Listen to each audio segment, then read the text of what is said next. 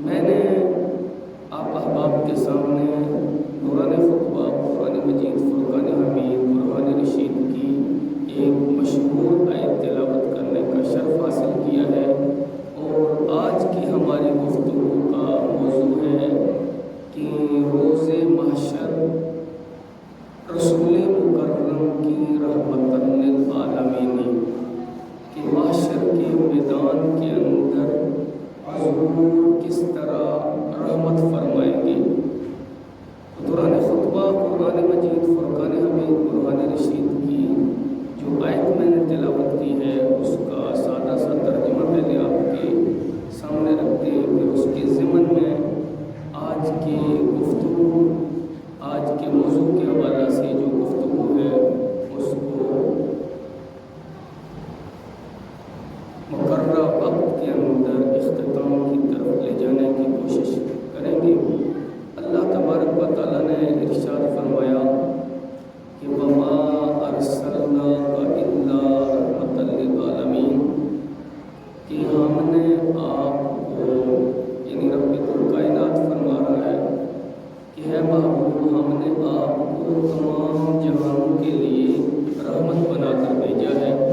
گزشتہ جمعۃ المبارک میں نے آپ کے سامنے یہ بات رکھی تھی کہ جہان مختلف ہیں، عالم ارواح روح کا ایک جہان ہے، روح کی ایک دنیا ہے، پھر یہ عالم جسام ہے جس کے اندر میں اور آپ رہ رہے ہیں، اس کی لوازمات پوری کر رہے ہیں، زندگی گزارنے کی جو ضروریات ہے ان ضروریات کو پورا کرتے ہوئے ہم اس دنیا کے اندر جتنا وقت رہنا ہے ہم وہ گزارتے ہیں۔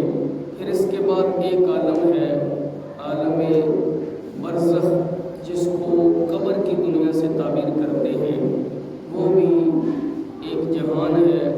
وہ ہمیں وہ مردے جو قبر کے نیچے، قبر کے اندر مدفون ہیں، وہ نظر نہیں آتے، لیکن حضور نبی کریم علیہ الصلوۃ والسلام کی احادیث مبارکہ اس پر شاہد ہے کہ وہ سارے واقعات ہیں کہ حضور نبی کریم علیہ الصلوۃ والسلام کی فرامین کی روشنی میں ہمیں علم ہوتا ہے اور ہم اس پر یقین رکھتے ہیں کہ جو قبر کے اندر مردہ ہوتا ہے اس کی بھی ایک زندگی ہے۔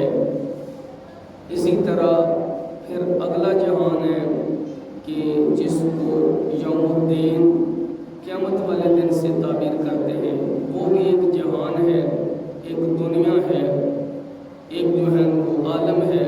اس عالم کا آج ہم نے مشاہدہ کرنا ہے کہ اس جہان کے اندر کیا مشکلات ہیں، کیا پریشانیاں ہیں، اور پھر میرے اور آپ کے محبوب مکرم جس نبی کا میں اور آپ نے کلمہ پڑھا ہے، اس نبی نے وہاں ہماری کیا مدد فرمانی ہے، وہاں ہم پر کیا رحمت کرنی ہے، وہاں ہم پر کیا فضل کرنا ہے۔ آج کی ہماری گفتگو کا یہ موضوع ہے۔ تو محترم و معزز حاضرین و سامعین، محشر والا جو دن ہے، حضور نبی کریم علیہ الصلوۃ والسلام نے فرمایا کہ قیامت والے دن سب سے پہلے میں اپنی قبر سے اٹھوں گا۔ ساری کائنات جب فنا ہو جائے گی تو پھر قیامت کے دن کے لیے اسرافیل یہ ایک خاص فرشتہ ہے، کیونکہ اللہ تبارک و تعالیٰ نے ہر فرشتے کی کوئی نہ کوئی ڈیوٹی لگائی ہے۔ جس طرح حضرت جبریل علیہ السلام کی یہ ڈیوٹی لگی ہے کہ وہ انبیاء کے پاس اللہ تبارک و تعالیٰ کا پیغام لے کر آتے ہیں، اسی طرح حضرت اسرائیل علیہ السلام کی یہ ڈیوٹی ہے کہ وہ جسم کے اندر جو روح ہوتی ہے اس کو نکالتے ہیں۔ اسی طرح حضرت اسرافیل یہ جب قیامت برپا ہوگی تو قیامت برپا کرنے کے لیے یہ سور پھونکیں گے۔ جس طرح عام زبان کے اندر کہتے ہیں کہ کوئی چیز بجانا، تو پہلی مرتبہ سور پھونکیں گے تو جو زندہ ہے وہ فوت ہو جائے گا، مر جائے گا۔ پھر دوسری مرتبہ جب سور پھونکیں گے تو جو پہلے مردے ہیں صدیاں بیت چکی ہیں جن کو اپنی قبروں کے اندر، اور جو اب سور پھونکنے کی وجہ سے فوت ہوئے ہیں، یہ جب دوسرا سور پھونکیں گے تو فوراً سب زندہ ہو جائیں گے۔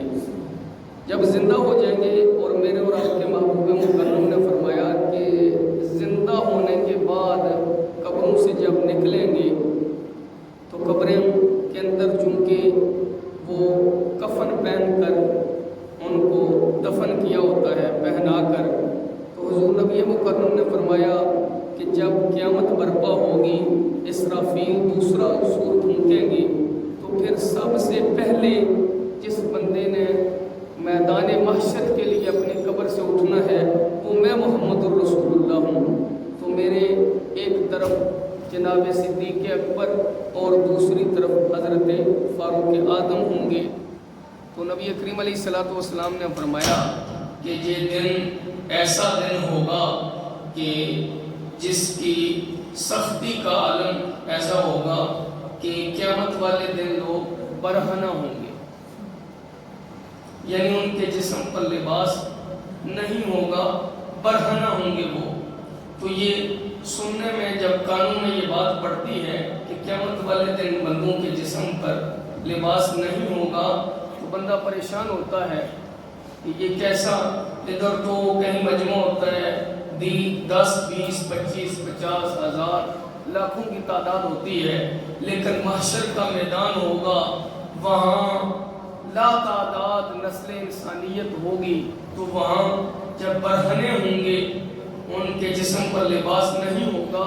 تو یہی بات جب میرے اور آپ کے محبوب مکرم نے حضرت اما عائشہ صدیقہ رضی اللہ تعالی عنہا کے سامنے بیان کی تو آپ حیران ہوئی۔ آپ نے عرض کی یا رسول اللہ کہ جب جسم پر لباس نہیں ہوگا تو پھر ایک دوسرے کی شرمگاہ پر نظر پڑنے کا امکان ہی نہیں ہے، بلکہ یقین ہے کہ اتنا رش ہوگا، اتنا مجمع ہوگا تو ایک دوسرے کے شرمگاہ پر نظر پڑے گی، اور یہ تو بے پردگی ہوگی۔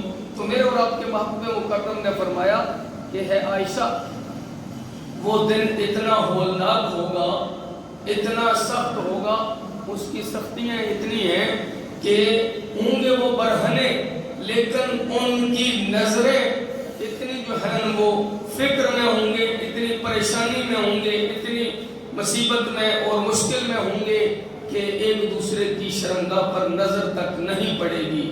اتنی جو ہے وہ بے سر و سامان کے عالم میں، بے بسی کے عالم میں، نفسا نفسی کے عالم میں ہوں گے کہ شرمگاہ پر نظر پڑنا تو دور کی بات ہے، جب سورج سوا نیزہ پر ہوگا، زمین تانبے کی مانند ہوگی، تو اس ماحول کے اندر پھر ایک دوسرے کی شرمگاہ پر نظر پڑنے کا کوئی تصور ہی نہیں۔ تو میں اکثر سمجھانے کے لیے یہ کہا کرتا ہوں کہ جنہوں نے حرم کعبہ کا طواف کیا ہے، اور اللہ تبارک و تعالی ہم سب کو نصیب فرمائے، حرم کعبہ کا جن لوگوں نے طواف کیا ہے وہ اس بات سے بخوبی واقف ہیں کہ بازار کے اندر جائیں، کہیں پروگرام میں جائیں، تو وہاں عورتوں اور مردوں کا جب اختلاط ہوتا ہے تو نگاہ کے اندر بدگمانی کا شائبہ پیدا ہو سکتا ہے، دل کے اندر وسوسہ پیدا ہو سکتا ہے، لیکن جب حرم کعبہ میں بندہ جاتا ہے تو وہاں بھی مرد اور عورتیں اکٹھے ہوتے ہیں، جب طواف کر رہے ہوتے ہیں تو یہ حرم کعبہ رب کل کائنات کی تجلیات کا نام ہے، خود رب کل کائنات کا دیدار نہیں ابھی ہوگا، تو بندہ اتنا مگن ہے، اتنا جو ہے وہ مسرور ہے، اتنا جو ہے وہ اس لطف کے اندر جو ہے وہ لطافتوں کا مزہ لے رہا ہے کہ وہ چل رہا ہے، اپنے محبوب کے گھر کی چوکھٹ کا طواف کر رہا ہے، اور اس کے ساتھ ایک اجنبی عورت چل رہی ہے، لیکن اتنا نشہ ہے رب کل کائنات کے گھر کے انوار و تجلیات کا کہ غیر عورت کی طرف اس کا دھیان نہیں پڑتا، اگر نظر بھی پڑ جاتی ہے تو اس کی نظر جھک جاتی ہے۔ یہ رب کل کائنات کے اینٹ، پتھر، سیمنٹ اور ٹائلوں کے اس مکان کا اتنا خاصہ ہے کہ جب اس کا طواف بندہ کرتا ہے، لیکن نسبت کس کے ساتھ ہے؟ نسبت رب کل کائنات کے ساتھ ہے۔ اور رب کا قرآن کہتا ہے چوتھے پارے میں ہے ان اولا بیت وضع للناس للذی ببکۃ مبارک وہدی للناس، کہ یہ وہ پہلا گھر ہے رب کل کائنات کا، روح کائنات پر، ببکۃ مبارک وہدی للناس، کہ جو برکت والا بھی ہے اور لوگوں کی ہدایت کے لیے۔ تو اس ساری کائنات کے اندر بندہ کسی مجمع میں جاتا ہے، یونیورسٹی کے اندر جاتا ہے، کالج کے اندر جاتا ہے، یہاں مردوں اور عورتوں کا اختلاط ہے تو وہاں شائبہ پیدا ہو سکتا ہے، وہاں جو ہے وہ بدنگاہی کا یہ صرف جو ہے وہ امکان ہی نہیں ہے بلکہ یقین ہے۔ اسی وجہ سے ہماری حضور کی امت جو ہے وہ زوال کی طرف جا رہی ہے، لیکن رب کل کائنات کے گھر کی طرف رب کا قرآن کہتا ہے کہ دنیا میں رہتے ہوئے مرد اور عورتیں اکٹھے ہوتے ہیں تو گمراہی کی طرف جا سکتے ہیں، لیکن میرا گھر وہ ہے ہدی للناس، کہ جب اس گھر کی طرف آئیں تو وہاں بھی بدنگاہی کا شائبہ ایسا نہیں ہے، وہاں بھی جو ہے وہ دل کے اندر وسوسہ پیدا ہو ایسا نہیں ہے، وہ بیت اللہ ہے۔ تو بیت اللہ کی اتنی برکتیں ہیں، تو روز محشر جب ہوگا، جب میدان محشر ہوگا تو سیدی اعلی حضرت فرماتے ہیں کہ حضور نبی کریم علیہ الصلوۃ والسلام کے حسن پہ بات کرتے ہوئے، اور اس شعر کا مفہوم یہ ہے کہ حضرت یوسف علیہ السلام کے دیدار کو دیکھ کر، آپ کے چہرے کو دیکھ کر اور تو نے ہاتھ کاٹے، لیکن میرے محبوب مکرم کے جو ہے وہ نام پر سر کٹاتے ہیں، تیرے نام پہ مردان عرب۔ وہاں بے اختیار آنکھیں جو ہے وہ انگلی کٹی تھی، انہوں نے خود نہیں کاٹی تھی، ہوش نہیں ان کو رہا تھا، دیدار یوسفی کر کے حضرت یوسف علیہ السلام کے چہرے کو دیکھ کر ان کے ہوش جو ہے وہ کھو بیٹھے تھے، لیکن میرے محبوب مکرم کا اتنا حسن ہے کہ سیدی اعلی حضرت فرماتے ہیں وہ حسن کمال، کہ حضور نبی کریم علیہ السلام کا حسن اس کمال کا ہے کہ وہاں ایسی آپ شمع ہیں کہ ہر شمع کے اندر جو ہے وہ دھواں ہوتا ہے، اور ہر پھول جو ہے وہ خار کے ساتھ ہوتا ہے، اس کے ساتھ کانٹے ہوتے ہیں، لیکن سید اعلی حضرت فرماتے ہیں کہ یہ ایسی شمع ہے کہ دھواں کا کوئی تصور نہیں ہے، یہ ایسا آمنہ کا لال ہے، یہ ایسا آمنہ کا پھول ہے، عبداللہ کا در یتیم ہے، کہ روح کائنات کے اندر جتنے بھی پھول ہیں اور ان کے ساتھ کانٹے ضرور ہوتے ہیں، لیکن یہ ایسا پھول ہے کہ یہ کانٹوں کے بغیر ہے۔ تو سید اعلی حضرت فرماتے ہیں کہ حضرت یوسف علیہ السلام کے حسن کو دیکھ کر، اور تو نے ان کے اختیار میں نہیں تھا، بے اختیاری کے عالم میں انہوں نے اپنی انگلی کاٹی، لیکن دوسری طرف محبوب مکرم کے حسن کو دیکھ کر لوگوں نے اپنی جانوں کے نذرانے پیش کیے ہیں۔ اور اگر تھوڑی سی بات آگے بڑھائیں تو مزید جو ہے وہ لذت اور چاشنی کی طرف بندہ سفر کرتا ہے۔ ایک وہ تھے جنہوں نے حضور کو دیکھ کر اپنی جانوں کے نذرانے پیش کیے ہیں، ایک یہ ہے کہ 1400 سال کا عرصہ بیت جاتا ہے، اپنے دربار کو، اپنے رشتہ داروں کو، اپنے عزیزوں و اقارب کو چھوڑ کر ایک بندہ غازی عمر چیمہ شہید دیارے خیر میں جا کر محبوب مکرم کے نام پر اپنی جان کا نذرانہ پیش کرتا، دیکھا نہیں ہے، انگلیوں سے چشمے جاری ہوتے ہوئے نہیں دیکھے، سورج کو پلٹتے ہوئے نہیں دیکھا۔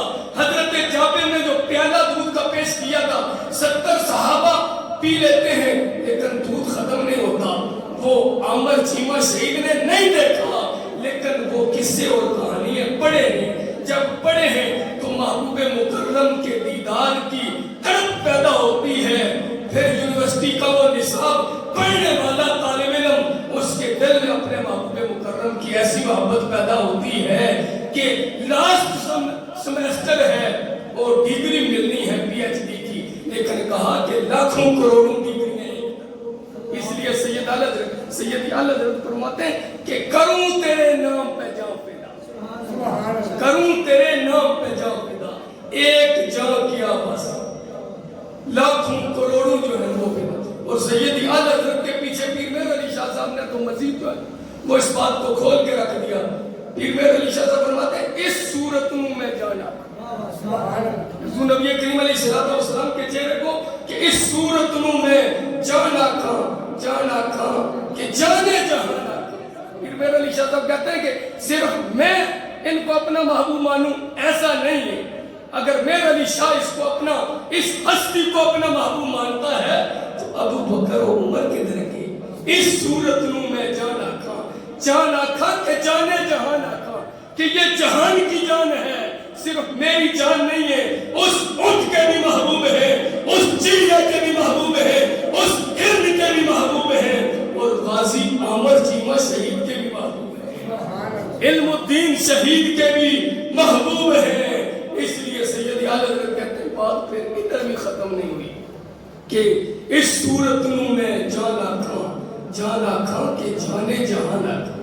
پیر مہر علی شاہ صاحب کہتے ہیں نہیں میرا دل بڑا, کہا کہ سچ آکھاں کہ رب دی شان کہ وہ وحدہ لا شریک جو ذات ہے یہ محبوب مکرم تو اس کی شان ہے حضور کا, کیونکہ یہ ایک مسلمہ ضابطہ ہے کہ ولایت پرتوے نبوت ہے, مظہر نبوت ہے, کہ ولایت کا ظہور جو ہے نبوت کا وہ ولایت سے ہوتا ہے. کسی نے نبوت کے انوار اور تجلیات اور شانیں دیکھنی ہیں تو وہ اللہ کے ولی کے اندر نظر آئے. دوسرے لفظوں کے اندر کہ نبی کی تشریح جو ہے وہ ولی کرتا ہے اور رب کی تشریح نبی سے ہوتی ہے. ولایت پرتوے نبوت ہے اور نبوت پرتوے الوہیت ہے. الوہیت کا عکس نبوت ہے. الوہیت رب کل کائنات کی وحدانیت کا اگر جلوے دیکھنے ہوں تو وہ نبوت کے اندر نظر ہے. تو سید اعلیٰ حضرت کہتے ہیں کہ سچ آکھاں میں رب دی شان آکھاں, جس شان تو شان ہے سب کہ وہ وحدہ لا شریک ہے جس نے حضرت ابراہیم خلیل اللہ علیہ السلام کو آگ کے اندر آگ کو گلزار بنا, اس شان سے شان سب ہے. پھر آگے فرمایا کہ جس شان سے شان سب ہے سبحان اللہ. اتنی شان بیان کرنے کے بعد یہ سنی کا عقیدہ. آج کہتے ہیں جی سنی شرک کر گئے, پیر مہر علی شاہ صاحب کہتے ہیں سبحان اللہ, اللہ پاک ہے, محبوب کی اتنی شان ہے, اتنا مقام ہے, لیکن اس کے باوجود ہم آمینہ کے لال کو الہ نہیں کہتے, الہ کا بندہ ہی کہتے. سبحان اللہ ما اجمل, اجمل کہتے ہیں اکمل, اجمل کہتے ہیں جو بہت زیادہ حسین ہو. ما احسن کا, اس کے اندر بھی حسن ہے. ما اکمل کا, اکمل کہتے ہیں مکمل کو, تکمیل اسی سے کہ فلاں چیز کی تکمیل کی ہے. 2012 میں نے جو ہے وہ درس نظامی کی تکمیل کیا, مکمل کرنا. سبحان اللہ ما اجمل کا, ما احسن کا, ما اکمل کا, کتھے مہر علی کتھے تیری سر. پیر مہر علی شاہ صاحب کہتے ہیں کہ حضور کامل بھی ہے, حضور احسن بھی ہے, حضور اکمل بھی ہے, لیکن یہ سب آپ کی شان. تو جب قیامت والا دن ہوگا تو اما عائشہ صدیقہ بیان کرتی ہیں جو میں بات کر رہا تھا. تو حضرت عائشہ صدیقہ نے عرض کی یا رسول اللہ صلی اللہ علیہ وبارک وسلم کہ جب لوگ برہنے ہوں گے, جسم پر لباس نہیں ہوگا, تو پھر تو ایک دوسرے پر ان کی نظر پڑے گی, شرمگاہ پر بے پردگی کا ماحول ہے. تو اللہ تبارک و تعالیٰ تو پردے کا درس دیتا ہے. اللہ تو خود بھی پردہ پوش ستار ہے, ستار العیوب ہے. تو یہ کیسے ہو سکتا ہے؟ تو محبوب مکرم نے فرمایا ہے عائشہ وہ دن اتنا ہولناک ہوگا, اتنا جو ہے وہ خوفناک دن ہوگا کہ ایک بندے کا دوسرے بندے کی شرمگاہ پر نظر پڑنے کا تصور ہی نہیں ہے.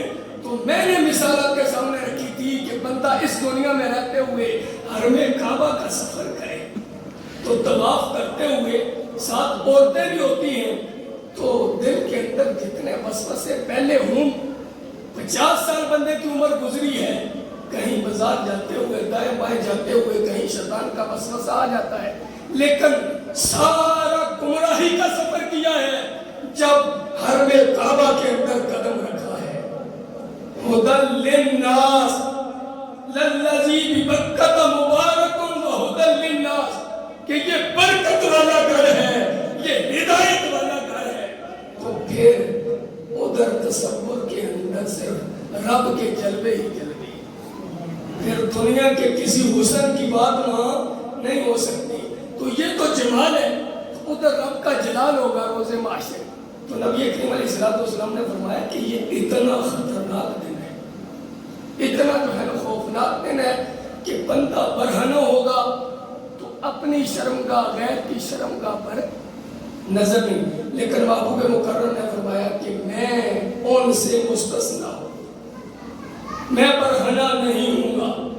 تو جب یہ ماحول ہوگا تو کہہ رہے ہیں حدیث مبارکہ کے اندر ہے کہ بندے جو ہیں وہ ساری کائنات، روح کائنات، نسل انسانیت ساری وہاں اکٹھی ہو، لوگ جو ہیں وہ اس مشقت میں ہوں گے، پریشانی میں ہوں گے، ہر بندہ پریشان ہوگا کہ آج کیا، آج تو نہیں بچ سکتے۔ تو ایسی کافیت کے اندر حدیث مبارکہ کے اندر لکھا ہوا ہے کہ بندے دل حال سے کہیں گے کہ یا اللہ جہنم کا ایندھن بنا دے، لیکن اس عذاب سے، اس امتحان سے دو چھٹکارا دے۔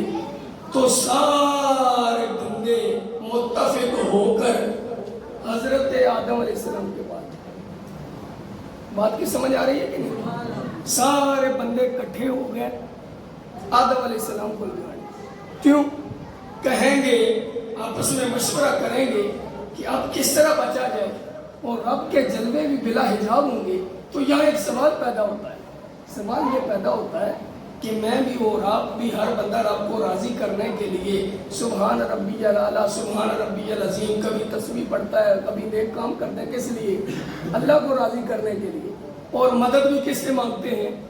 اللہ سے مانگتے ہیں، اللہ تو یہ عطا کر دے، اپنے محبوب کے وسیلے سے عطا کر دے، کسی غوث قطب ابدال کے وسیلے سے، کوئی بغیر وسیلے کے مانتے ہیں، وہ ہمارا موضوع نہیں ہے، لیکن رب کو مانتے بھی ہیں، مشکل میں رب سے کو پکارتے بھی ہیں۔ تو اب یہ کہ وہاں رب بھی موجود ہے، سوال ایک پیدا ہونا ہے کہ وہاں مشکل جب آئی ہے مشرف صاحب، وہاں تو رب سے سوال کرنا چاہیے، گل ہے گی ذہن کے سوال اندر سوال آتا ہے کہ نہیں، کہ وہاں جب سارے لوگ اکٹھے ہوئے ہیں تو ادھر ہمیں مشکل کوئی پیش آئے، نہ میں نے رب کو دیکھا ہے، نہ رب کا کوئی نقشہ میرے ذہن میں، کوئی تصور نہیں، لیکن اس کے باوجود میں کہتا ہوں یا اللہ یہ میری پریشانی دور کر۔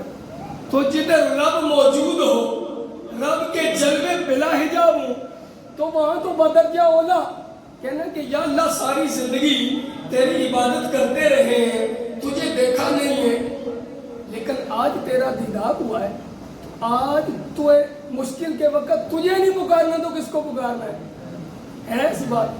لیکن حدیث کے اندر لکھا ہوا ہے کہ کوئی بندے کے ذہن کے اندر یہ سوال بھی نہیں پیدا ہوگا کہ یار آج تو اللہ کو چلیے، اللہ کے اندر اگر عرضی پیش کریے، سارے اس بات پر متفق ہوں گے کہ بابا جی کو چلیے، اس کو میں آپ کو ایک نقطہ دینے لگا ہوں، اگر آپ سمجھیں گے، شعر و شاعری بھی ہے، واقعات بھی ہے، لیکن اہل سنت و جماعت کا عقیدہ جس بنیاد پر ہے وہ میں آپ کو دینے لگا ہوں۔ ادھر بھی ہم کیا کہتے ہیں، کوئی مشکل ہو تو ایک ریڈی لگانے والا بندہ ہے، کوئی مولوی ہو، صوفی ہو، وہ تو سر جھکائے تو رب کا دیدار ہو جائے۔ حضرت علی سے کسی نے پوچھا کہ علی بڑی معرفت رکھتا ہے، بڑا مقام و مرتبہ رکھتا ہے، بڑی تیری جو ہے وہ شان و شوکت ہے، رب کل کائنات نے تجھے علم کے شہر کا دروازہ قرار دیا ہے، انا مدینۃ العلی ہوا کہ میں علم کا شہر ہوں، علی اس کا دروازہ ہے، جس رب کو سجدہ کرتا ہے اس کو کبھی دیکھا بھی ہے؟ تو علی نے پھر کیا کہا؟ علی نے کہا میں اس وقت تک سجدہ دوسرا کرتا ہی نہیں جب تک سجدے والے کو دیکھتا ہوں۔ اب یہ تو علی کی شان ہے، ایک ریڑھی لگانے والا ہے، اس کو جب کوئی مشکل پیش آئے تو وہ تو بنے دیکھے رب کو پکارے گا۔ اب اس دن ایک مزدور ریڑھی لگانے والا کہے کہ یا اللہ دنیا میں تو بنے دیکھے تجھے پکارتے رہے ہیں، لیکن آج تو تیرا دیدار بلا حجاب ہے، جیسے اس کی کیفیت ہے۔ یہ بندے کی طرح نہیں کہ جس طرح بندہ سامنے بیٹھا ہوا تو دیکھ رہے، اللہ بلا حجاب دیدار اپنا بلا کیفیت کے کروائے گا، بغیر جسم کے کروائے گا، بغیر جو ہے وہ اپنے کیف کے کروائے گا تو دیدار۔ اب یہ ہے کہ سارے بندے اکٹھے ہو گئے، کہیں گے بابا جی کو چلیے، تو ہمارا اہل سنت کا کیا نظریہ ہے؟ ہمارا اہل سنت کا کیا نظریہ ہے کہ اس دنیا کے اندر بھی علی اجمیری تو رب کو دیکھ لے، لیکن بابا جی میں تو تسی نہیں، پھر اسی کی کہنے ہاں بابا جی کو چلیے، گل سمجھ نہیں آئی۔ کبھی علی اجمیری جس نے رب کو دیکھا ہے، رب کو پہچانا ہے، رب کے لیے سارا کچھ چھوڑا ہے، اس کا تو رب سے تعلق ہے۔ تو ہم جب معاشر والے میدان جس طرح سکھ، عیسائی، یہودی، نصرانی، بابا جی کو ماننے والے بھی، بابا جی کو نہ ماننے والے بھی سارے اکٹھے ہو گئے، کس گل کا متفق ہو گئے کہ ہون کس کو چلی ہے؟ کس کو چلی ہے؟ بابا جی کو چلی ہے۔ آدم علیہ السلام بھی تو ہمارے باپ ہیں، تو وہ بھی تو بابا جی ہیں، اللہ کے نبی ہیں، ابو البشر ہیں، تو جب بشر کے باپ ہیں، میرے بھی اور آپ کے بھی باپ ہیں، تو بابا جی کو چلی ہے۔ تو نتیجہ کیا نکلا کہ اہل سنت تم کو مبارک ہو، اہل سنت تم کو مبارک ہو، جو تمہارا نظریہ ہے صبح قیامت ساری روح کائنات کا یہ نظریہ ہوگا، ساری روح کائنات کا یہ نظریہ ہوگا۔ پھر کل تم دائیں والے کو بھی کہہ سکتے ہو جو کہتا بابے کچھ نہیں کرتے، بابوں کے پاس نہیں جانا، ان کو کونی مار کے تم بھی کہہ سکتے ہو کہ کل تک تو بابے کے پاس نہیں جاتے تھے، آج تم بھی اس پر متفق ہو گئے ہو کہ رب کی بارگاہ میں جانے کے لیے حضرت آدم علیہ السلام کے پاس جانا پڑے گا۔ یہ کوئی قصہ کہانی نہیں ہے، حدیث شفاعت ہے۔ حضرت آدم علیہ السلام کے پاس جائیں گے۔ اب ہونا تو یہ چاہیے کہ کوئی انکار کر دیں، کوئی اعتراض کر دیں، جی تسی جانے ہو تو جو اسی نہیں جانا۔ حدیث مبارکہ سارے جائیں گے، سارے جائیں گے۔ تو پھر سید اعلیٰ حضرت کیا کہتے ہیں؟ اجازت ہو تو بتاؤں۔ سید اعلیٰ حضرت کہتے ہیں آج لے ان کی پناہ، آج لے ان کی پناہ، آج مدد مانگ ان سے، پھر نہ مانیں گے قیامت میں اگر مان گیا تو، پھر نہ مانیں گے قیامت میں اگر مان گیا تو۔ دوسرا مصرع سید اعلیٰ حضرت کہتے ہیں ہم نے تو مانا ہے، آپ ہیں ہمارے شفیع۔ بابا جی اعلیٰ حضرت کہتے ہیں پہلے مصرے میں تو کہتے ہیں بندے دے پتر بڑھو، کی کرو؟ بندے دے پتر بڑھو، کہ آج نے ان کی پناہ، اگر حضرت سفینہ ہوں، جنگل میں جا رہے ہوں، رستہ بھول جائے، آگے سے شیر آ جائے، تو شیر پیار کرنا ہے۔ شیر جو ہے وہ بندے سے پیار کرتا ہے، پیار کرتا ہے کہ چیرتا پھاڑتا ہے۔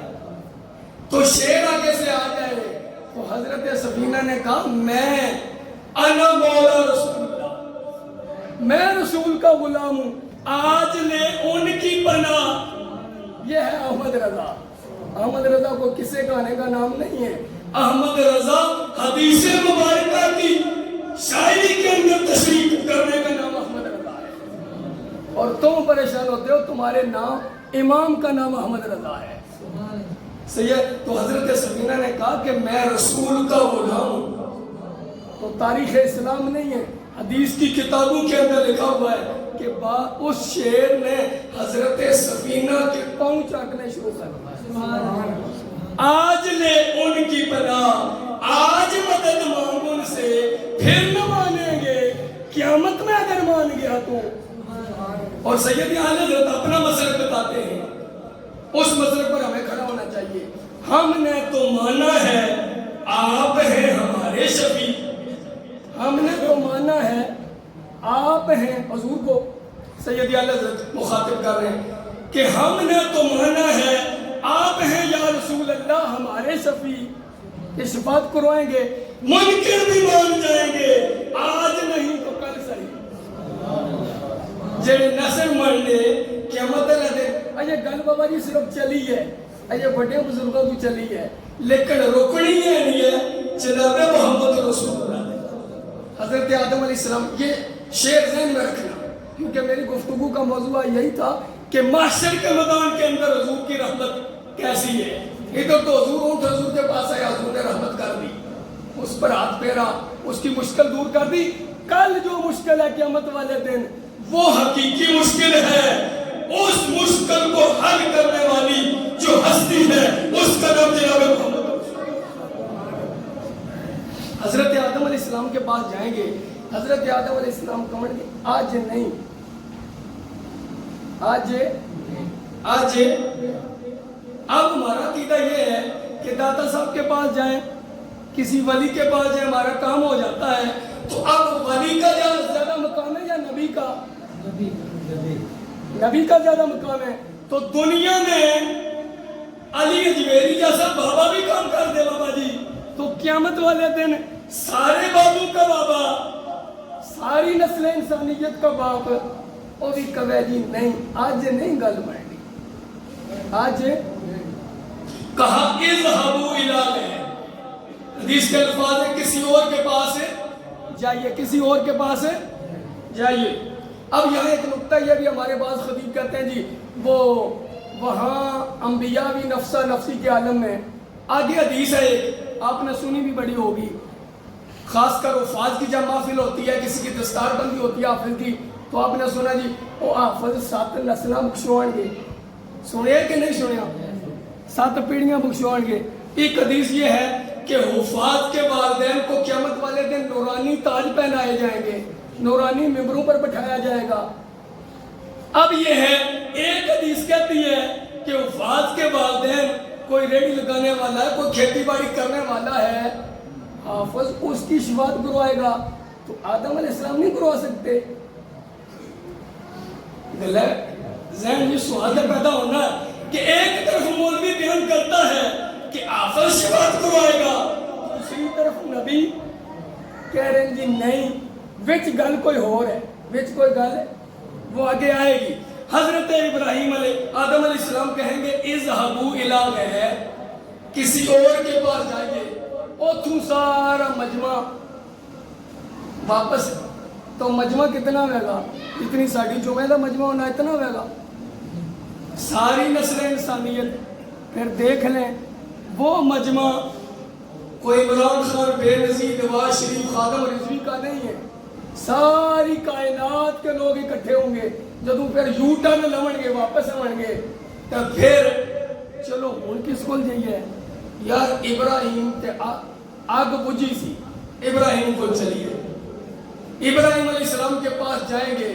ابراہیم علیہ السلام کہیں گے ایتھے گل نہیں بننی. یہ نہیں کہنے گے کہ میں نہیں کر سکتا, کہیں گے اذهبوا الی, کسی اور کے پاس جائیے.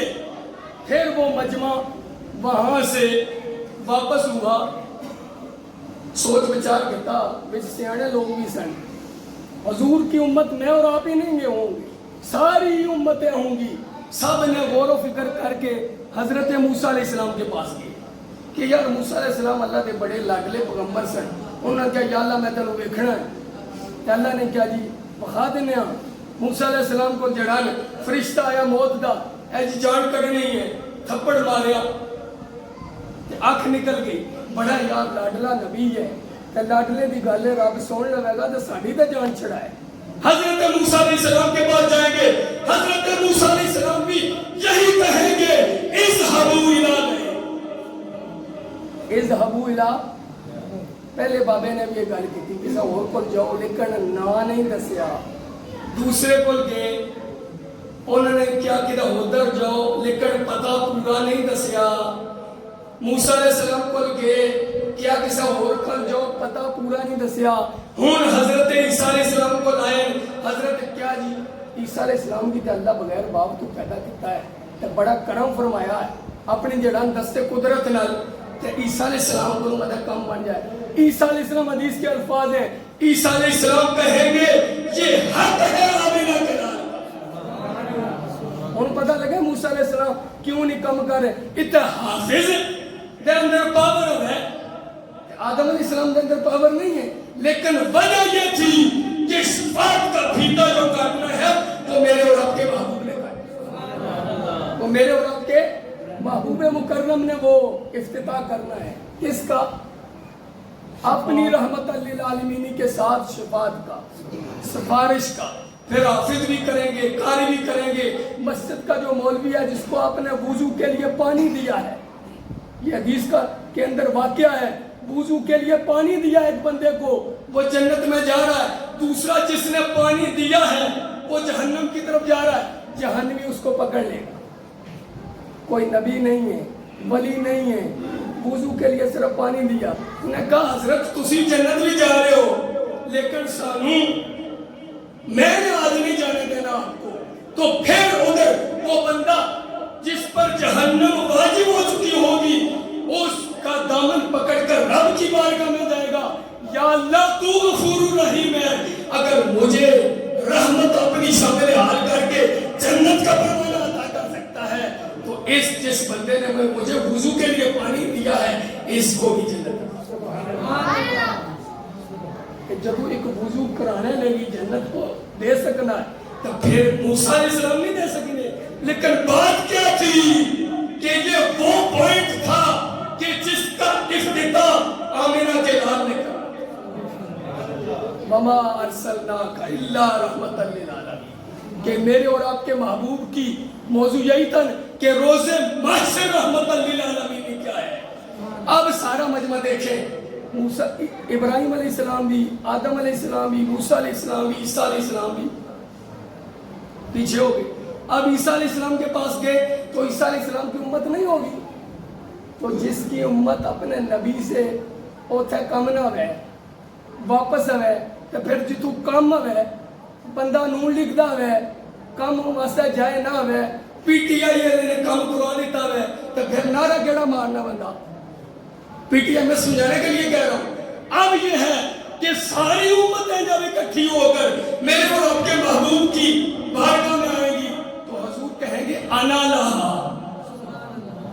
وہ تو دنیا کا کوئی لیڈر ہوگا, کہے گا کہ ووٹ تو اس کی دیتے ہیں کہ میں تینوں جڑا ٹرانسفارمر ہو گئے اینج نہیں ہے, بلکہ میرے اور آپ کے محبوب کی یہ ہے رحمت للعالمین کہ آدم کا امتی بھی, عیسیٰ کا امتی بھی, موسیٰ کا امتی بھی, یحییٰ کا امتی بھی, ہارون کا امتی بھی, یعقوب کا امتی بھی, جب سارے آئیں گے تو حضور یہ نہیں کہیں گے میں تو اپنے کلمہ پڑھانے والوں کی مشکل کشائی کروں گا, بلکہ حضور کہیں گے انا لہا, انا لہا, میں حاضر ہوں. پھر کیا ہوگا, میں آخری گفتگو ختم کرنے لگا ہوں.